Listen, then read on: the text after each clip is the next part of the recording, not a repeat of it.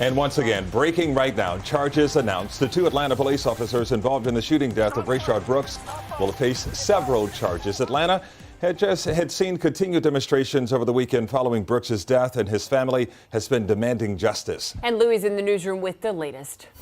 Just absolutely shocking. Just moments ago, the Fulton County District Attorney methodically presenting his case, announcing a charge of felony murder along with 10 other charges against Officer Garrett Rolfe. He's the officer who shot Brooks 2 times in the back. The second officer, the one who responded, his name is Devin Brosnan. He's also facing 3 charges, including aggravated assault.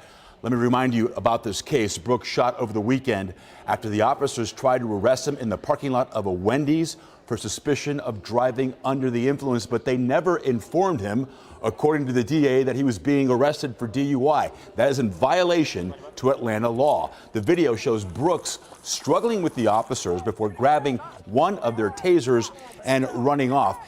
The DA also points out that he shot that taser twice, so there was no danger of that taser going off a 3rd time. But despite that, he was shot by the officer, Officer Rolfe, who shot him twice in the back.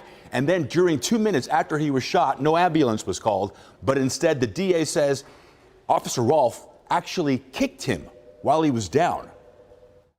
But after Mr. Brooks was shot, for some period of 2 minutes and 12 seconds, there was no medical attention applied to Mr. Brooks. But when we examined the videotape and in our discussions with witnesses, what we discovered is during the 2 minutes and 12 seconds that Officer Rolfe actually kicked Mr. Brooks while he laid on the ground, while he was there fighting for his life.